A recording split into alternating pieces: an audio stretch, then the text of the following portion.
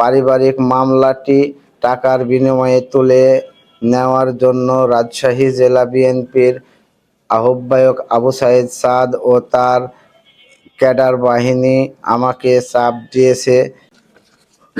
লীগের কর্মী সমর্থক তারা লক্ষ্মীপুর ইউনিয়ন পরিষদের পলাতক চেয়ারম্যান ও ইউনিয়ন আওয়ামী লীগের সভাপতি আব্দুল মজিদ অনুসারী।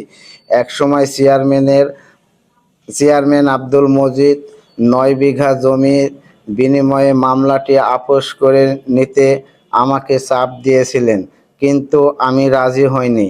এরপর গত 5 বছরে 5ই আগস্ট রাজনৈতিক পদ পরিবর্তনের পর চেয়ারম্যান মজিদ আত্মগোপন করলে আসামিরা লক্ষ্মীপুর ইউনিয়নের 6 নম্বর ওয়ার্ডের বিএনপির সভাপতি আব্দুস সালামের মাধ্যমে জেলা বিএনপির আহ্বায়ক আবু সাইদ চাঁদ আমাদের কাছে যান। এরপর চাঁদ নিজে আমাদের বাড়ি আসেন এবং 50 লাখ টাকার বিনিময়ে মামলাটি আপোস করে নিতে চাপ দেন।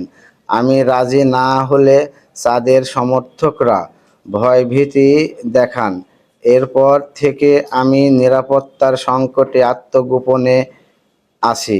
আমি জানতে পেরেছি যে আবু সাইদ চাঁদ মোটা টাকার বিনিময়ে ওই 8 আসামির সঙ্গে চুক্তি করেছেন এবং তিনি আমার দায়ের করা হত্যা মামলাটিকে রাজনৈতিক মামলা হিসেবে প্রত্যাহার করানোর চেষ্টা করছে। এই মামলাটি প্রত্যাহার হলে আমি আমার ভাই হত্যার বিচার পাব না। এ কারণে মামলাটি যেন রাজনৈতিক মামলা হিসেবে প্রত্যাহার করা না হয়, সেজন্য ইতিমধ্যে আমি রাজশাহীর জেলা প্রশাসক ও জেলা ম্যাজিস্ট্রেট বরাবর লিখিত আবেদন করেছি। এছাড়াও গত 29 সেপ্টেম্বর স্বরাষ্ট্র মন্ত্রণালয়ের জননিরাপত্তা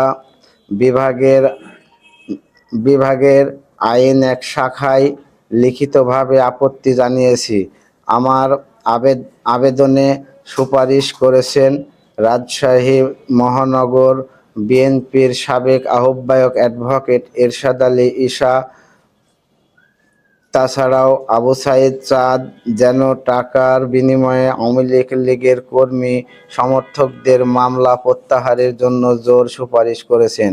সে ব্যাপারে দলের সিনিয়র যুগ্ম মহাসচিব বরাবর আমি একটি লিখিত অভিযোগ দিয়েছি। অভিযোগে আমি বলেছি, এই পারিবারিক মামলাটি টাকার বিনিময়ে তুলে নেওয়ার জন্য রাজশাহী জেলা বিএনপির আহ্বায়ক আবু সাইদ চাঁদ ও তার ক্যাডার বাহিনী আমাকে চাপ দিয়েছে, ভয়ভীতি দেখিয়েছে। আমি তাতে রাজি না হওয়ায় আবু সাইদ চাঁদ টাকার বিনিময়ে রাজনৈতিক মামলা বলে চালিয়ে দেওয়ার জন্য ডিসি মহোদয় বরাবর সুপারিশ করেন। আমি নিজে বিএনপি করার কারণে দীর্ঘ 15 বছর জেল জুলুম হলিয়ার মধ্যে জীবন পার করেছি।